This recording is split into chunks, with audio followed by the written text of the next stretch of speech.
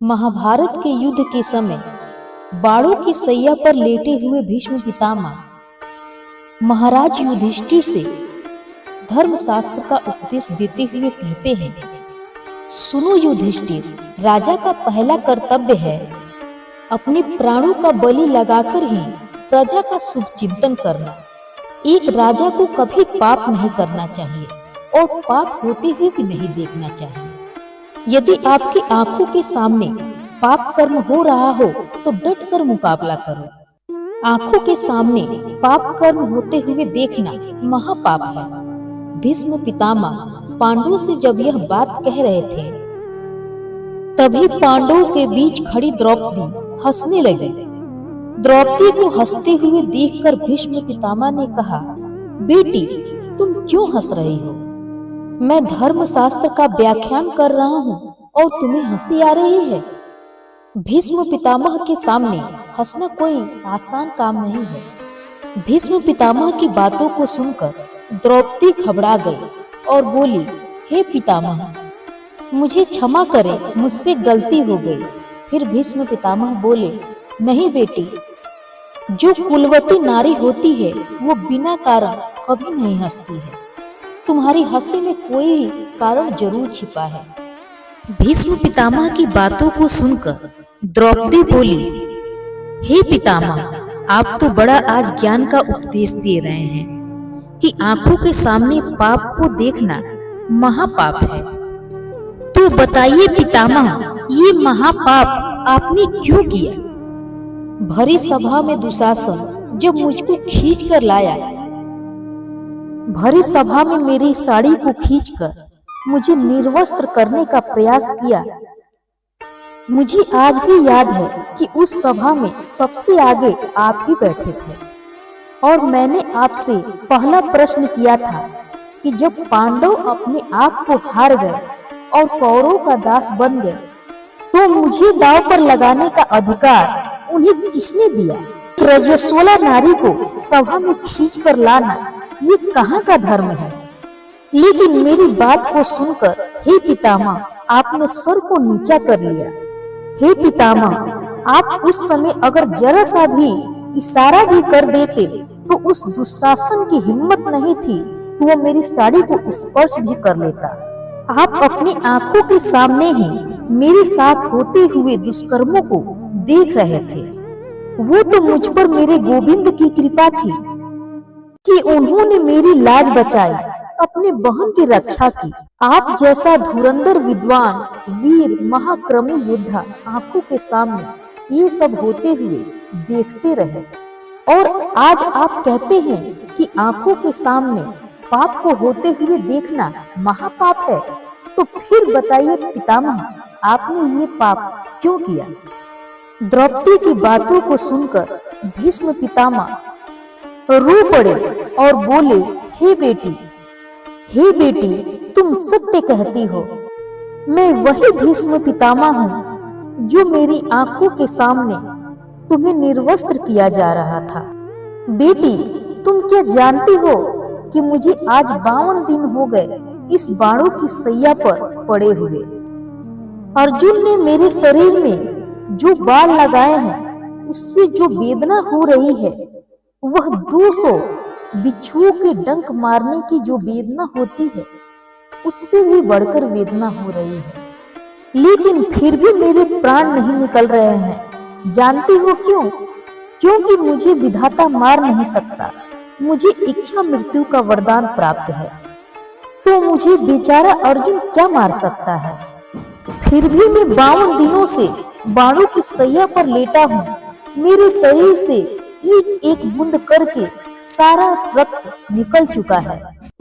मैं जो कष्ट सह रहा हूँ, मेरे कष्ट सहने के कारण मेरे सारे पाप धुल गए हैं। मेरी बुद्धि भी अब शुद्ध हो गई है।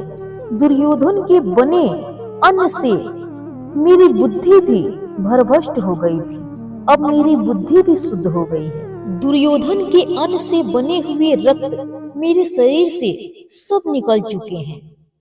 अब मैं पूरी तरह से शुद्ध हो चुका हूँ। मुझे आज भी याद है गोविंद, मैंने कोई दुष्कर्म नहीं किया। मैंने कोई पाप नहीं किया। 124 जन्मों की बात याद है मुझे, मैंने कोई पाप नहीं किया। तो फिर हे गोविंद, मुझे बाणों की सैया क्यों मिली? फिर कृष्ण ने कहा कि हे भीष्म, तुमने कोई पाप नहीं किया, इसीलिए तो मैं तुम्हें दर्शन देने के लिए यहाँ आया हूँ। तुमने पाप होते हुए देखा है, अर्थात तुमने महापाप किया है, इसलिए तुम्हें बाणों की सैया मिली। अगर तुम चाहते तो उस पाप को होने से रोक सकते थे। तुम्हारे अंदर इतनी शक्ति थी कि उस पाप को तुम रोक सकते थे, लेकिन तुमने उस पाप को होने से नहीं रोका। मुझे क्षमा कर दीजिए गोविंद, दुष्ट दुर्योधन के अन्न से मेरी बुद्धि भी नष्ट हो चुकी थी। मुझे क्षमा कर दीजिए कृष्ण।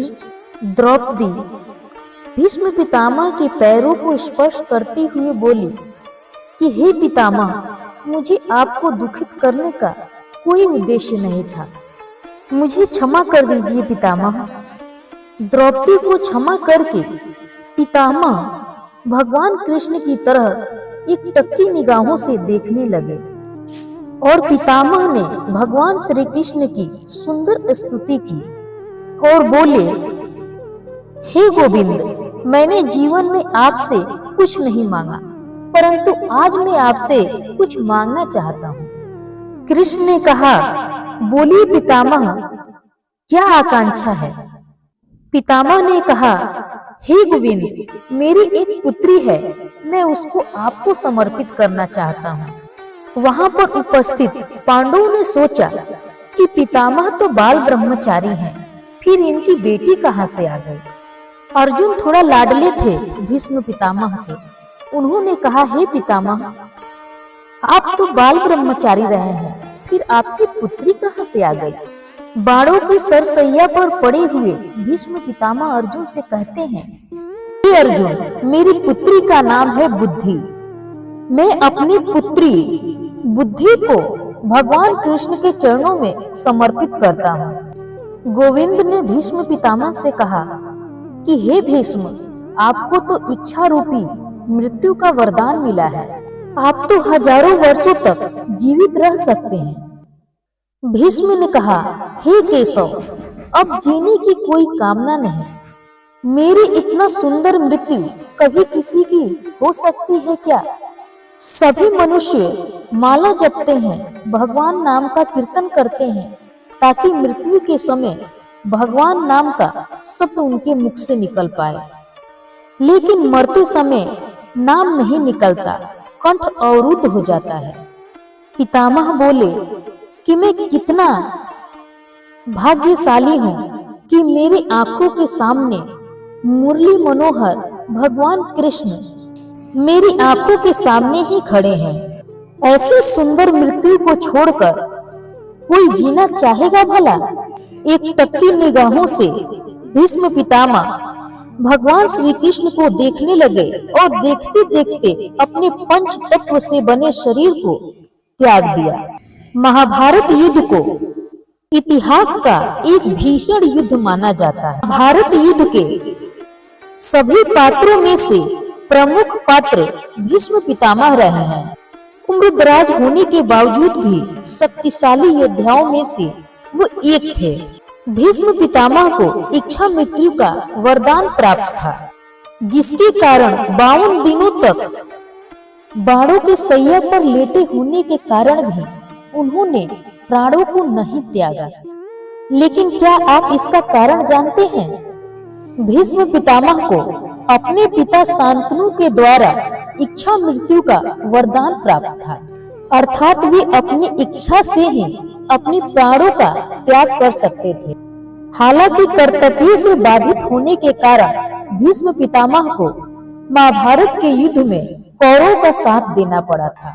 जब महाभारत का युद्ध शुरू हुआ तो भीष्म पांडवों के लिए एक चुनौती बने खड़े हुए थे, क्योंकि उन्हें हराए बिना युद्ध को जीतना असंभव था।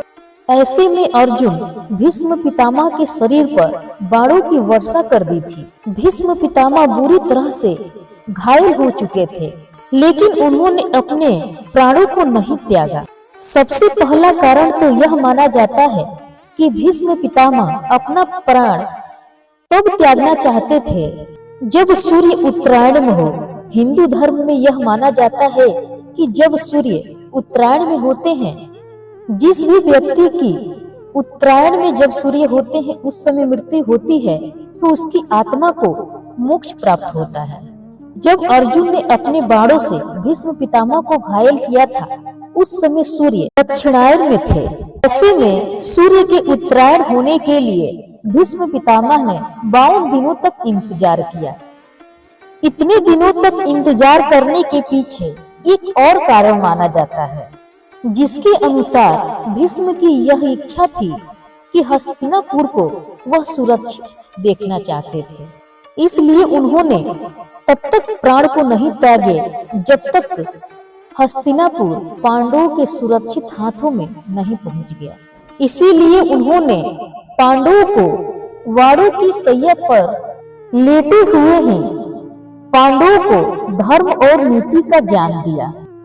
अगर आप सभी को मेरा ये वीडियो पसंद आया हो तो मेरे वीडियो को लाइक कर दीजिएगा और मेरे चैनल एयर्स ड्रीम केयर को सब्सक्राइब कर दीजिएगा और ज्यादा से ज्यादा अपने दोस्तों में इस वीडियो को शेयर कीजिएगा ताकि मेरा उत्साह बढ़ता रहे।